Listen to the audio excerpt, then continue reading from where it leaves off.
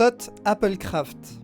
Alors, comment je peux faire pour insonoriser ma chambre? Yorex VM.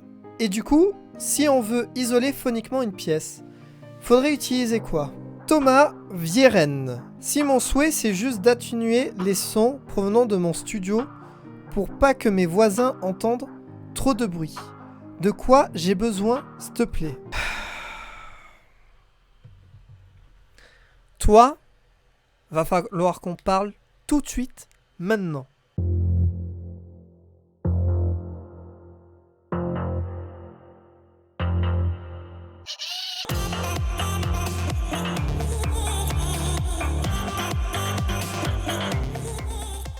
Bon les amis, je pense que tu l'as compris. Fallait que j'en vienne sur cette vidéo. J'ai eu énormément de commentaires sur YouTube, des questions sur Insta. Enfin bon, voilà, à chaque fois j'y réponds au cas par cas. Mais il fallait bien, je le savais, c'est ce qui régit ma vie professionnelle et on peut le dire, de youtubeur maintenant. Ça commence à faire un petit moment que je fais des vidéos. Puis je pense qu'à partir du moment que tu dis abonne-toi, ce qui d'ailleurs, profites-en pour le faire là si tu n'es pas abonné, c'est que tu peux te considérer comme youtubeur. Quoi qu'il en soit, j'ai fait une vidéo sur les mythes et choses à savoir sur la mousse acoustique. Si tu ne l'as pas vu, je te conseille d'y aller. Tu verras, il y a le petit i avec le lien direct. Mais là, je vais en faire une sur l'isolation phonique. Bah oui, il faut bien répondre un petit peu peut-être aux questions que tu as. Comment on peut isoler une pièce pour jouer, pour être tranquille ou justement pour plus entendre son frère, son mec, sa meuf ou ce que tu veux.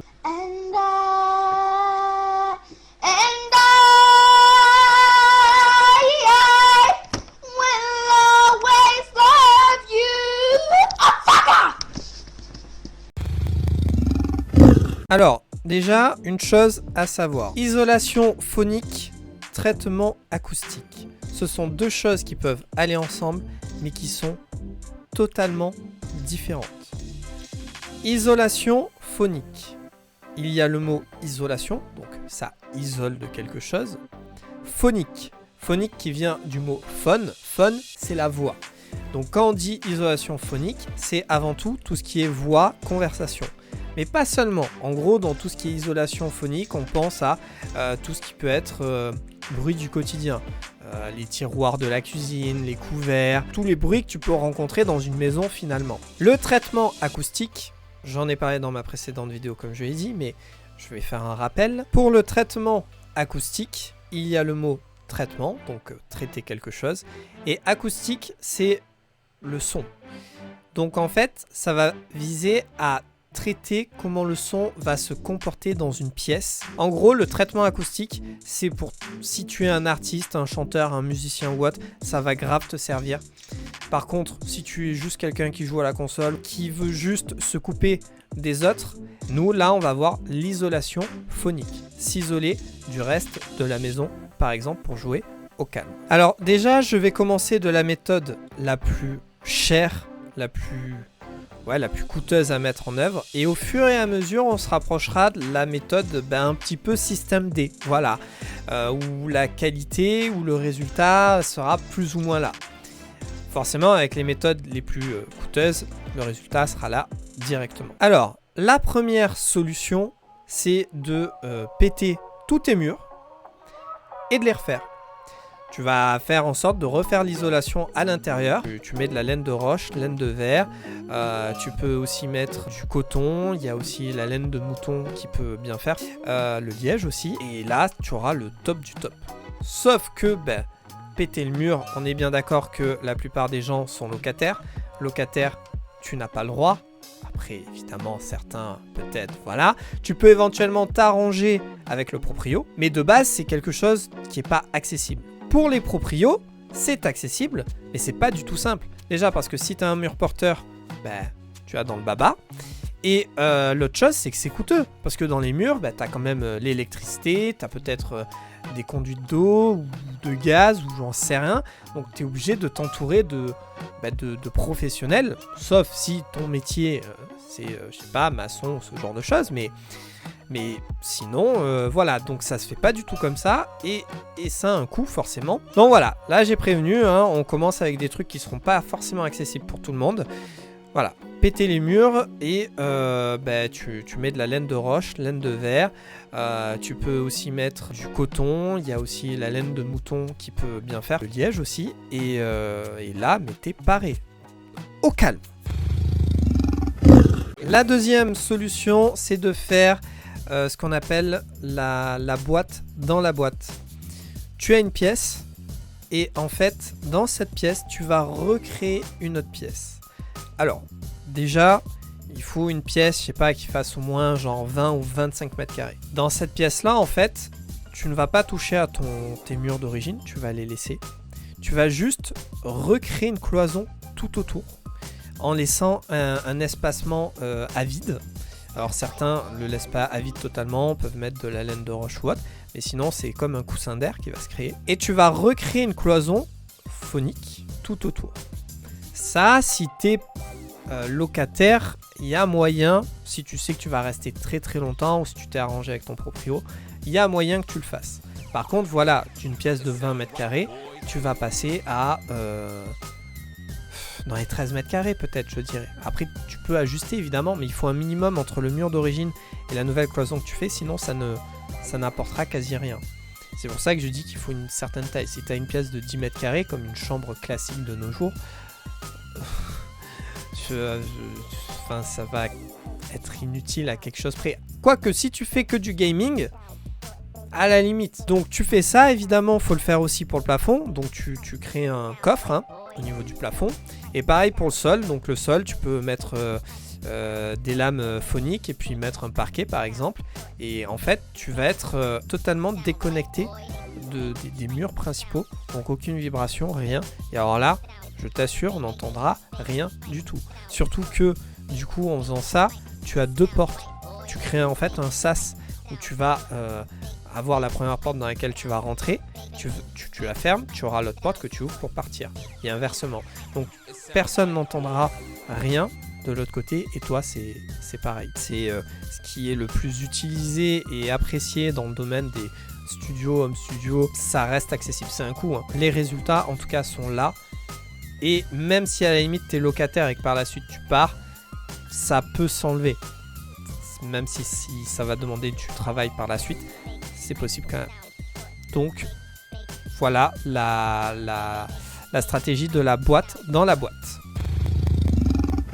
Bon, alors là on va commencer à rentrer dans ce qui est beaucoup plus abordable, avec un résultat, voilà, comme ça, moyen on va dire. Ça dépendra vraiment du budget que tu as mis, des matériaux que tu auras acheté, et de la pièce, etc.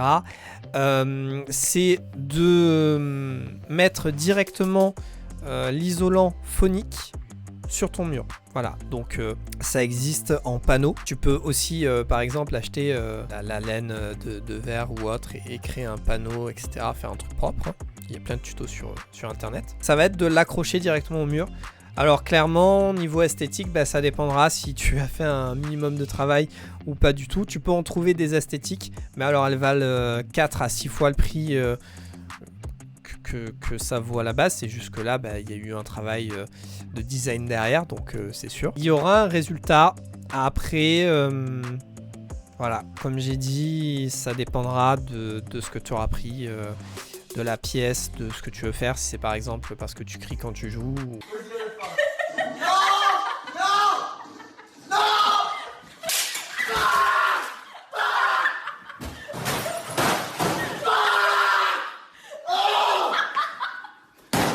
Voilà, donc déposer directement sur le mur les panneaux d'isolant phonique. Ça peut être une solution assez accessible. Si tu es locataire, tu peux le faire. Quand tu pars, tu les enlèves. Ça fait pas vraiment de dégâts en soi. Et puis voilà. Bon, passons à la dernière possibilité, on va dire. Et là, c'est totalement du MacGyver, hein. C'est système D 100%. C'est utiliser des objets du quotidien qu'on a tous pour pouvoir créer une isolation qui peut être pas mal, hein, Mais là, autant l'autre c'était moyen, flou. Là, je veux même pas faire de pronostic, j'en sais strictement rien. Pour te donner des idées, donc, ce que tu peux utiliser, déjà, un truc accessible, une couette. Alors, c'est vrai que je ne l'ai pas dit au début de la vidéo, mais je l'ai dit dans d'autres. Ce qui est important dans à la fois l'isolation phonique ou même le traitement acoustique, c'est la densité du matériau. Voilà, il faut quelque chose de dense pour que ça puisse capter le son, l'arrêter, le freiner ou le faire rebondir, etc., etc. Donc, il y a des couettes, elles paraissent très fat, très larges, etc. Mais en fait, ce qu'il y a dedans, c'est pas du tout dense et en fait, ça ne fera rien du tout. À l'inverse, il y a des couettes qui peuvent paraître très fines et c'est un matériau très dense qu'il y aura et du coup, le résultat sera plus probant. Si je dis ça, c'est parce que voilà, autant t'as une couette qui peut être fine et tu peux te dire ah non, ça le fera pas. En vrai, si elle est de qualité, etc., il y a moyen que ça puisse le faire. Pour faire simple, une couette qui tient bien chaud, normalement, ça peut le faire. Voilà. Bon, quoi qu'il en soit, tu prends ta couette et tu la mets sur ton mur. Voilà. Alors oui, esthétiquement, tu peux mettre une housse de couette avec si tu veux, mais esthétiquement, c'est pas forcément ouf. Surtout que si tu dois faire tout le tour de ta pièce, t'as pas fini. Mais il y a moyen.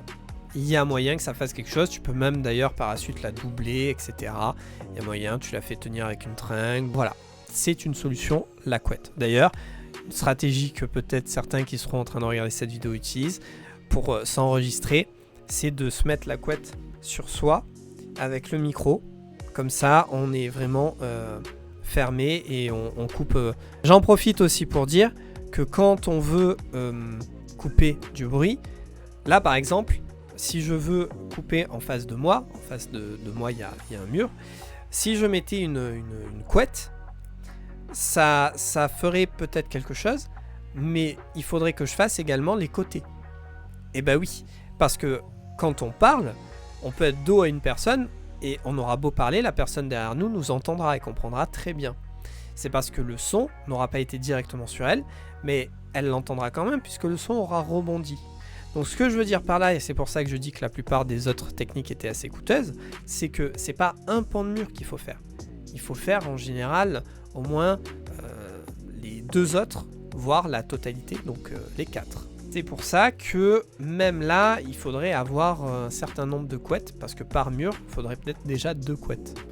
Donc il en faudrait 4, 6, 8, il en faudrait peut-être une dizaine juste pour ça et un résultat plutôt moyen. Et les couettes, c'est quand même pas donné en vrai. Alors, autre objet du quotidien qui peut servir, tiens-toi prêt, le matelas. Alors, clairement, le matelas, ça peut grave faire la diff. Ça peut grave le faire. Mais il t'en faudrait beaucoup. Beaucoup parce que, comme je viens de le dire, il faut pas faire qu'un mur. Il faut faire les autres, surtout qu'un matelas, ça prend de la place. Alors maintenant, t'en as qui sont enroulés, qui prennent moins de place, mais ça prend de la place. Et là, il faudrait que tu les entasses, etc. Mais le matelas, en général, ça peut bien faire la différence. Si tu as une armée de matelas et que tu sais pas quoi en faire, tu peux les mettre contre ton mur.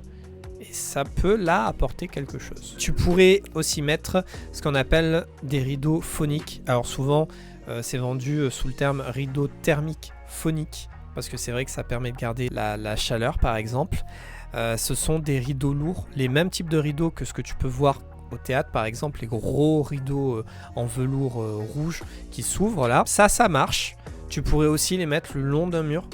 Mais bon, un rideau, les prix en moyenne, c'est entre 60 à 100 euros facile, au minimum. Hein. C'est vrai que c'est pas forcément le plus rapport qualité-prix, voilà, le plus intéressant. Surtout que tu auras un résultat, mais je sais pas. Surtout que si tu comptes prendre ça, vaut mieux une épaisseur entre 5 et 7 plutôt qu'une épaisseur de 2 ou de 3. Les 2 ou de 3 sont les moins chers, mais il faut au moins une épaisseur qui soit doublée 5 ou 7 fois. C'est le mieux. Et l'idéal, ça serait en velours.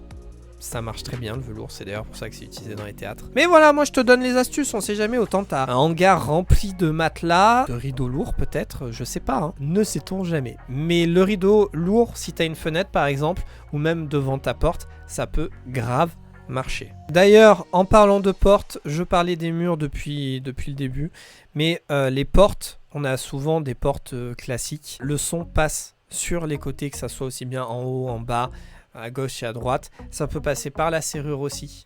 Donc même si tu arrives à faire une isolation assez propre, la porte, il faudrait une porte lourde ou quelque chose comme ça, sauf qu'il faudrait changer très certainement l'encadrement de la porte. Donc à défaut de faire tout ça, tu peux mettre un rideau lourd à l'intérieur dans ta pièce et un à l'extérieur. Pour finir, quelques matériaux peut-être que tu auras dans le garage. C'est vrai, on peut avoir ce genre de choses. Ça pourrait t'aider. Donc il y a la laine de roche ou la laine de verre. Ça... c'est utilisé pour faire des cloisons, mais ça peut être utilisé pour plein d'autres choses. Donc peut-être que dans ta famille, quelqu'un qui bricole ou qui est maçon, ou voilà, en a ou peut en avoir, ça pourrait te servir. C'est assez classique, c'est ce qui est le plus utilisé, et au niveau du budget, c'est assez accessible aussi. Mais encore une fois, ça dépend de la quantité que tu en prendras. L'autre chose, il y a le liège. Le liège, on en entend de plus en plus parler, mais pourtant c'est quelque chose qui est connu, en tout cas dans le monde du son. C'est très bon pour l'acoustique et c'est très bon aussi pour l'isolation.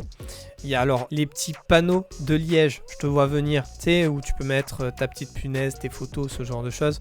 Non, c'est trop fin. Ça fera rien. Donc là, je te parle de panneaux de liège. Il faut qu'ils aient une certaine épaisseur. N'oublie pas la densité.